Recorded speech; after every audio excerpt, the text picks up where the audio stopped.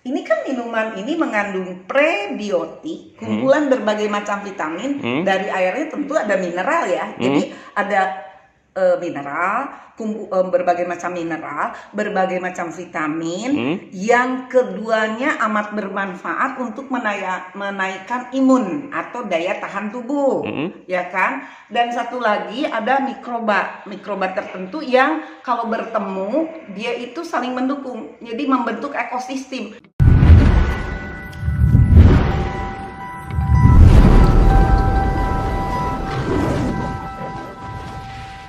Aduh, luar biasa Bunda. Ini saya jadi ada pertanyaan sedikit aja ini tentang saya pribadi.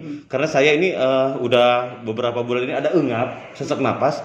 Itu bisa kan dengan ramuan Bunda ini? Cara kerjanya gimana deh langsung? Nah, kan Elhan harus diperiksa dulu. Harus diperiksa dulu ya? Jadi saya akan mengambil satu tetes darah Elhan, di mana satu tetes darah itu mewakili kondisi tubuh Elhan di seluruh bagian tubuh dari ujung kaki sampai ujung rambut dari kiri ke kanan. Kenapa? Karena kan yang saya periksa itu butiran sel darah merah. Sel darah merah kan berkelana kemana-mana, jadi dia melewati bagian tubuh yang mana saja. Jadi kalau dengan sel darah merah itu diletakkan di bawah mikroskop digital yang disambungkan ke LCD, peralatan yang canggih ini seolah-olah memberikan kamera video kepada setiap butiran sel darah merah yang ada di sini, sehingga masa lalunya sebelum diambil dia sudah ngelewatin tubuh yang mana aja, kemana-mana, berhubung ada kamera videonya, jadi ketangkep. Kalau bagian tubuh yang bermasalah, kamera videonya kan akan menangkap sesuatu dan akan dimunculkan di layar. Jadi tujuan daripada pemeriksaan itu adalah mengintip melalui kamera video yang dimiliki oleh sel darah merah. Ketika diletakkan di sini, pengalaman dia melewatin tubuh yang mana yang bermasalah. Ketahuan. Hanya bagian yang bermasalah yang akan nampak di layar. Kalau tidak ada masalah, tidak nampak apa-apa. Nah, dari situ nanti insya Allah akan ketemu apa penyebab Elhan engap atau sesak itu, gitu loh kira-kira. Boleh. Tetapi kadang di pemeriksaan pertama ketemunya, kadang di kedua, kadang di ketiga. Kenapa? Karena mungkin saja sel darah merah Elhan tidak normal alias sel darah merah Elhan kental, ada yang menggumpal, ada yang macam-macam. Jadi biasanya masalah ketutup, tersembunyi di balik kekentalan darah. Tapi tatkala darah sudah terurai biasanya lebih keintip gitu. Oke, Bunda izin nanya bentar. Itu tadi ada yang panjang banget loh. Sama mikroba juga dia. Ya, lactobacillus sama. Jadi di sini ada lactobacillus. Kalau di Yakult, yogurt, kefir ada lactobacillus saja ya. Itu panjang tuh ini nih. Nih. Panjang dan dia panjang. Mau pada kemana itu? Tuh. Lactobacillus. Oh. Nah, jadi tetapi apa namanya? Selain lactobacillus juga ada tambahan 5 lainnya. Yang satu azotobacter yang hobinya adalah makan kolesterol padat atau LDL, kolesterol jahat. Dikasih makan yang lain ogah, lebih baik mati dia. Ya. Yang kedua rhizobium. Rhizobium itu yang karakternya kalau masuk ke plasma darah dia senang mencerai-beraikan kembali atau menguraikan kembali purin asam urat yang sudah terjebak oleh kolesterol gitu. Diuraikan sama dia ya? Diurai, dilepas lagi. Yang benar adalah yang bertaburan terurai itu, gitu loh. Dikasih mainan yang lain, suruh basket, suruh main bola nggak mau dia. Tetap aja gue pengen ngurai purin asam urat gitu loh. Yang ketiga ada yang membantai bibit gula, kelebihan nutrisi gula daripada yang seharusnya ada. Yang keempat, lactobacillus yang memperbaiki masalah di pencernaan, itu yang ada di Yakult, yogurt, kefir gitu kan.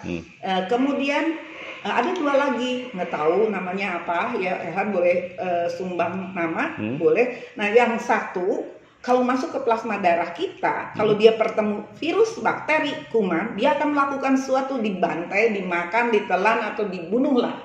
Ya, virus kan seolah-olah hidup kalau ada di dalam tubuh. Terus yang satu lagi, apabila di plasma darah dia menemukan toksin, maka toksin itu akan ditelan bulat-bulat oleh dia. Apa itu toksin? Racun. Racun itu bisa seperti apa? Bisa memang Elhan tanpa sengaja keminum racun pestisida misalnya atau sengaja gitu kan. Nah, kemudian bisa juga racun yang terbentuk tanpa kita sadari. Kalau kita ada pengkonsumsi obat-obatan antibiotik dalam jangka waktu panjang, maka residu streptomisin dari antibiotik itu akan berkumpul menyatu, dan itu kalau ketemu dengan si mikroba ini, toksin kesukaan aku, dia telan gitu loh. Dan sebelum dia nyangkut di ginjal dan menyebabkan penyumbatan di ginjal. Pertanyaan tentang virus. Kalau ada virus misalkan di dalam layar ini ya, Ehan nggak bicara banyak tentang virus. Tapi kalau ada virus di sini, apakah mikroba dan apa tadi ini bisa memakan virus itu? Jadi persisnya saya tidak tahu persis ya, cuman begini, virus influenza misalnya, virus influenza itu obatnya itu hanya istirahat, minum, makan dan minum vitamin ya, minum mineral dan makan vitamin, ya kan, kemudian banyak istirahat, seperti itu ya. Dan otomatis si virusnya nggak ada. Nah, yang di sini dia tuh bekerja sama. Ini kan minuman ini mengandung prebiotik, kumpulan berbagai macam vitamin. Dari airnya tentu ada mineral ya. Jadi ada mineral, berbagai macam mineral, berbagai macam vitamin, yang keduanya amat bermanfaat untuk menaikkan imun atau daya tahan tubuh, ya kan? Dan satu lagi ada mikroba tertentu yang kalau bertemu dia itu saling mendukung, jadi membentuk ekosistem. Si mikroba ini kalau belum diminum manusia, di dalam minuman ini dia akan terus mempertahankan habitat ini supaya tetap ada, tidak membusuk, dipelihara. Kalau orang sih ditanemin, disuburin supaya makanan dia ada terus, kalau nggak mati kan. Jadi kolaborasi dia dengan ini bisa aja kemudian jadi menyingkirkan virus tersebut. Gitu loh. Ini bicara soal virus, karena kalau kita saya masih direkam ini pakai 2 kamera, ini langsung real time. Bun, ini kalau misalkan ada yang jahat nih di sini nih ya, aku nggak tahu lah itu yang jahat itu misalkan apalah gitu kan yang jahat. Yang pasti gini Elhan ya, yang bisa kita lihat dengan kasat mata dalam waktu 20 menit atau setengah jam. Kan saya sudah bilang, yang ini kan mikroba positif atau bakteri baik Azotobacter, yang karakternya doyan makan kolesterol padat ya. Nah, nanti apabila nih, sel darah merah yang normal adalah yang seperti ini. Bentuknya bulat cembung seperti bola pingpong, warna merah cerah. Tapi di sini nanti warnanya ungu ya. Sengaja diwarnain ungu karena takut ketukar dengan red crystal, bakteri merah yang mungkin diketemukan di tubuh kita ya. Jadi warna merah cerah, bentuk bulat cembung seperti bola pingpong, bergerak aktif, penuh energi dan dia mandiri, tidak saling menempel satu sama lainnya. Mengapa bentuknya bulat cembung? Memang bulat cembung bentuknya, tetapi cembung itu karena terisi padat oleh berbagai macam nutrisi dan oksigen. Karena Allah perintahkan sel darah merah untuk menghirup oksigen melalui pori-porinya dan menyerap berbagai macam nutrisi melalui pori-porinya untuk kemudian didistribusikan dan disuplai ke satu sel di seluruh jaringan tubuh. Jadi sangat tidak mungkin mereka ngarendeng, peluk-pelukan, tak kaleng-kaleng ya. Artinya itulah sel darah merah yang normal, encer katanya. Nah, sebaliknya abnormal yang seperti ini, saling menempel satu sama lainnya. Kalau sel darah merah menempel satu sama lainnya, maka disebut sel darah merah membentuk rantai pendek. Kalau jumlahnya hanya 3 sampai 5 dan disebut orangnya memiliki kekentalan darah tingkat rendah, ya kan? Lalu kalau lebih dari 5 disebut sel darah merah membentuk rantai panjang dan orangnya disebut memiliki kekentalan darah tingkat menengah.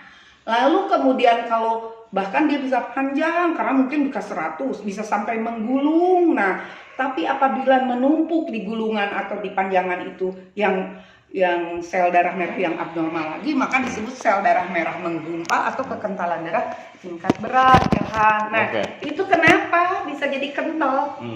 Bisa jadi kekentalan darah karena dia butiran-butiran sel darah merah yang sedang berenang-renang di plasma darah itu tiba-tiba masuk Elhan bisa bayangkan, ini air akuarium. Akuarium ada airnya. Tapi kalau ke air itu dimasukkan minyak alias liquid kolesterol alias HDL alias kolesterol baik, bisa kebayang nggak? Gumplukan ada minyak, ada minyak. Oke. Sel darah merah kan berenang di air akuarium.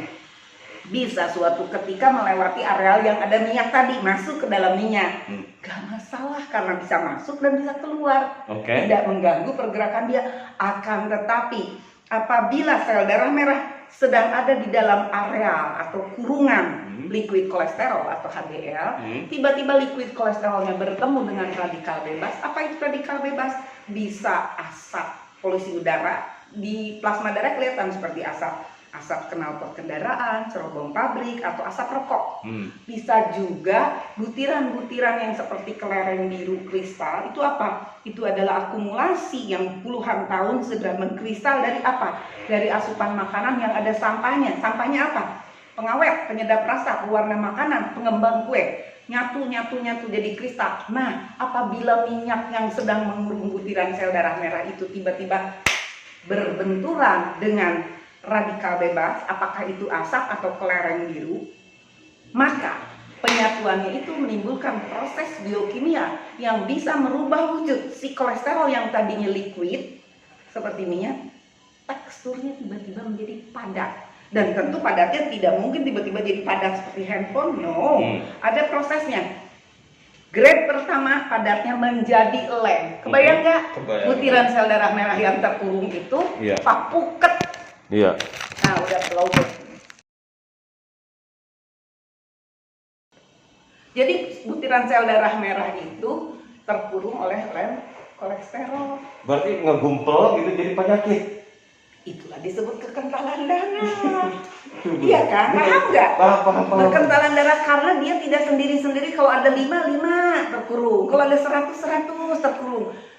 5 kekentalan darah tingkat rendah, lebih dari 5 kekentalan darah tingkat menengah, udah lebih daripada 5 saling tumpuk menumpuk disebut sel darah merah menggumpal alias kekentalan darah tingkat berat yang gejalanya adalah 1 mudah capek, 2 napas tersengal-sengal kayak ngos-ngosan, rusuh, terburu-buru, naik tangga. Nah, yang ketiga, kita bukan penderita hipertensi, juga tidak keturunan hipertensi, tapi sewaktu-waktu tepu punggung, tiba-tiba suka tensi tiba-tiba naik dan tiba-tiba turun lagi, dakal pencet. Ini butiran sel darah merah terkurung oleh lem kolesterol, lem. Kejeduk pertama dari minyak berubah menjadi lem. Memang si lem nggak kejeduk lagi, ada dong potensi kejeduk lagi. Ketika kejeduk lagi, teksturnya memadat jadi apa? Jadi agar. Daya gencetnya lebih kuat, bukan? Iya. Nah, agar kejeduk lagi, berubah menjadi puding, teksturnya lebih padat lagi, daya gencetnya lebih kuat lagi. Jadi bukan hanya kekentalan darah, kalau yang darah yang kental karena butiran sel darah merah terkurung, tapi yang ngurungnya sudah menjadi LDL grade 3. Tadi LDL grade pertama adalah lem, LDL grade kedua adalah agar, LDL grade 3 adalah puding. Kalau sudah jadi puding, masalahnya bukan hanya kekentalan darah saja, tapi sudah ditambah dengan hipertensi. Kenapa? Karena kalau selang dimasukkan ke ini air ya, kerannya dibuka, airnya sepenuh diameter itu keluar dan jatuh. Tapi kalau selangnya dipencet, zerot, daya terjang airnya kuat. Begitupun butiran sel darah merah, kalau dipencet karena kegencet oleh puding kolesterol, maka jelot daya terjangnya. Hipertensi sudah 2 masalah. HDL berubah menjadi LDL itu sudah menyebabkan 2 masalah. Oleh karena itu, Elhan,